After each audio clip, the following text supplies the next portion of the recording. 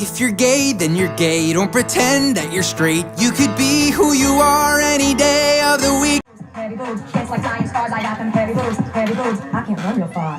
Let me break down what I just said. Each of my double D's has the volume of a toddler's head. Now bitching about my boobies, they look super flying shirt. But if I swung it in your face, you'd be like, oh my god, that hurts. I'm blind, holy crap, I literally can't see. I've permanent retinal damage. I'm suing you for your heavy boobies. Heavy boobs, kids like dying stars. I got them heavy boobs, they each have their own memoirs.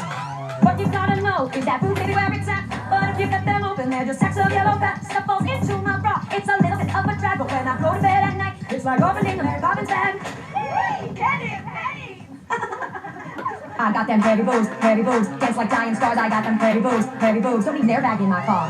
Here is a list of all of the objects that I can hold under my boobs. Stapler, 10 pencils, paperback copy of Arabian Nights, dog bone, remote control, hardback copy of Wuthering Heights. See, when a star is dying, it transforms into a red giant. And if the red giant does not have enough mass to fuse carbon, an inert mass of carbon, oxygen builds up in the center, transforming into a dense white dwarf. And yeah, like that's my boobs. That's what my boobs look like. I got them heavy boobs, dense like a white dwarf. I got them heavy boobs, to be a catch at fisherman's wharf. I got them heavy boobs, don't ever forget that these heavy boobs are just sacks of yellow fat, like the stuffing of a couch. They're just sacks of yellow fat, typically meant to feed a baby. They're just sacks of yellow fat. Ow! Oh, all of that swinging. Oh. Crazy Ex-Girlfriend, Mondays at 8, 7 Central on the CW. So that is apparently heavy boobs from Crazy Ex-Girlfriend. I'm sorry. It's just hilarious. Alright, so in the last chapter of What You Don't... No, The Past Happens Now, my bad. The sequel to What You Don't Know.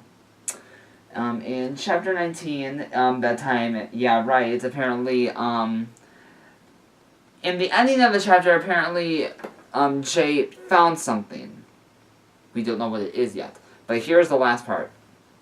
My vision began to blur and I realized I'd been staring at the same spot of the wall in front of me for half an hour.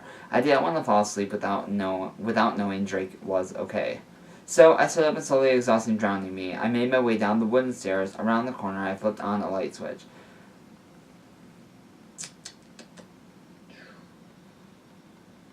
And opened the cupboard, searching myself. I stretched myself taller and reached for a glass, but froze when I spotted a small container hidden behind them.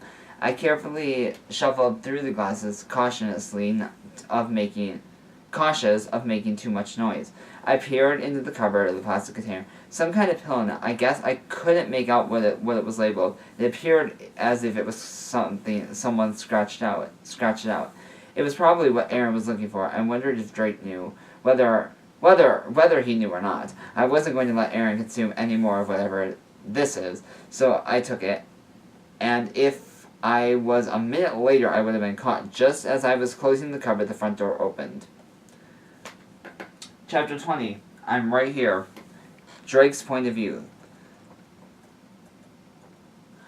The door obviously cracked open, and I opened my mouth. Or maybe it was just sounded like someone, because everything is so quiet at 6 in the morning. I stepped through the door and way with my dad on my right, on my heels, and I have to admit I didn't feel all that bad. Don't get me wrong, he's still a dick in my perspective. He always will be. But things are getting better between us. Plus, I forgave him, and he openly admitted that sometimes I hate not being able to say things.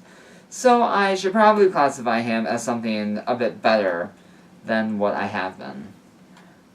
You're going to sleep, my dad croaked. We were both exhausted, yes, but I was the one who slept half the time we were in the station on the car ride home. He didn't trust me driving so early in the morning. That, and he always complained about me singing along to Kesha for real, though. That's not something to complain about. He could have sang along, for all I care. Dad, just go to bed. I'm good. He offered a smile and then gave a small one back. He nodded, then headed up the stairs. I made my way to the kitchen. It was almost too dark to see anything, so I flipped on a light switch and saw a person lean in front of one of the cupboards. Holy shit, a ghost. Just kidding. Jay! I threw my arms up around and shook him around a bit. He giggled. Is this how you're always going to greet me? Like you haven't seen me in years? He smiled and tightened his arms around my shoulders. Most likely. I grinned and ruffled his hair, which earned me a pout. I smiled and brushed some hair away from his eyes. Why are you still awake, How are you so energetic at 6 in the morning, he retorted. Because. I scooped him up and threw him over my shoulder. I got to see you and it feels like it's been years, I smiled, feeling his body shaking against mine from laughter. Shh, you're gonna wake someone up. I held back a laugh and let him slide me off my shoulder. Then he switched him over to bridal style carry. He instantly tensed up. I tensed my arms around his waist and leaned closer to him. Relax, you weigh nothing. Well, not literally nothing, but you know what I mean. He nodded and gave me one of those shy smiles. Making it up the stairs, he slowly relaxed, and I was resting my head on his shoulder. I kissed his cheek gently. He smiled and looked up at me. What happened at the station? You have a habit of doing that. He gave a confused look, and I smiled up at him, of asking questions at unexpected times. I set him down, met his eyes. Nothing really. We got questioned. Everything was fine. It wasn't as an exciting TV show, you know. I smiled. His stare didn't shift. My dad didn't get any charges. He nodded in approval and smiled. All right, let's get out of here before Aaron wakes up. That kid needs sleep, I thought. And I heard Jay whisper something about the use of word kid, but I wasn't sure.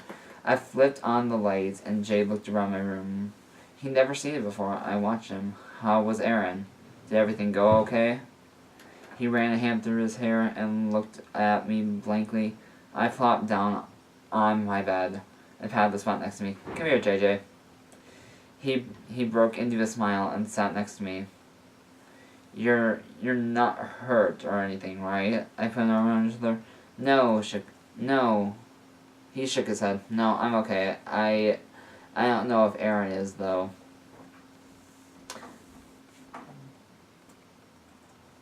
His eyes fell to his lap. I opened my mouth to ask what he was thinking about, but stopped when he reached in his pocket and pulled something out.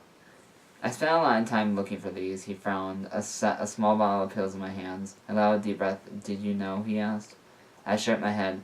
No, but it's exactly what I expected. He's been on these for a while, I think. I set the bottle under my bed and kissed the side of his head. Thanks for telling me. He sighs, seeming more relaxed. Why'd you send him? I mean, to check on me? I nodded slowly, having expected the question. I knew he wouldn't hurt you. I knew he'd take care of you no matter what. I smiled gently. And I knew you'd try to help him and be that sweet kind of friend that doesn't judge and give up on people. You know, if he were to get upset or something, which I'm assuming he did, he looked down and smiled. Oh well.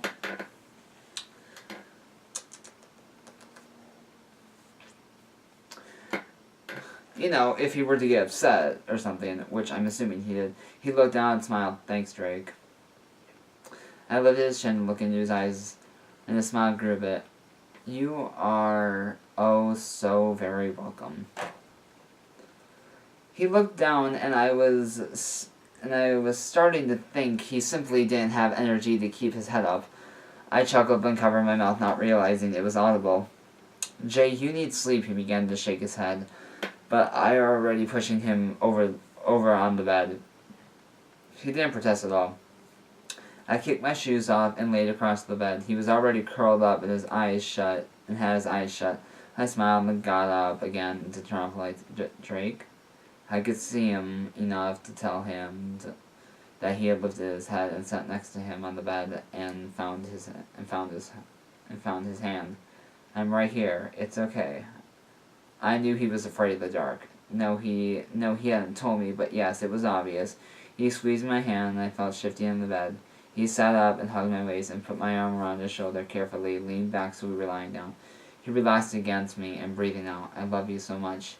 His arms wrapped itself over my waist, and he gripped my shirt, pulling me closer. I love you too, so much, I started, wrapping my arms around him and brought our intertwined hands to my face, and more.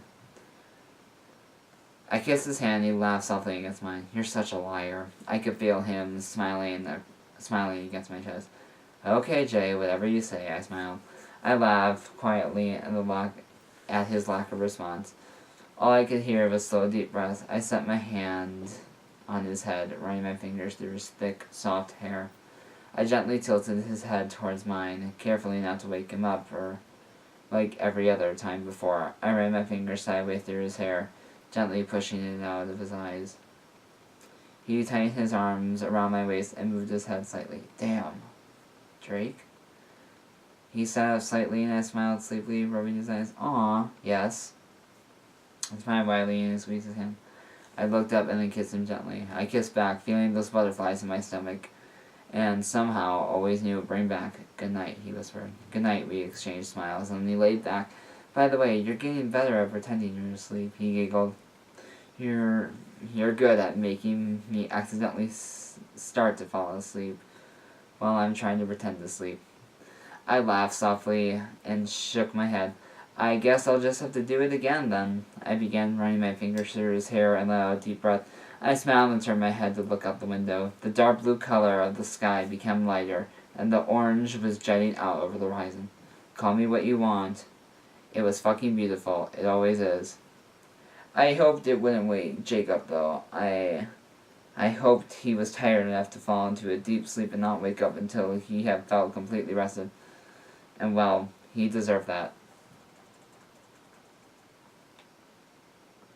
So, I hope you guys enjoyed that chapter. So,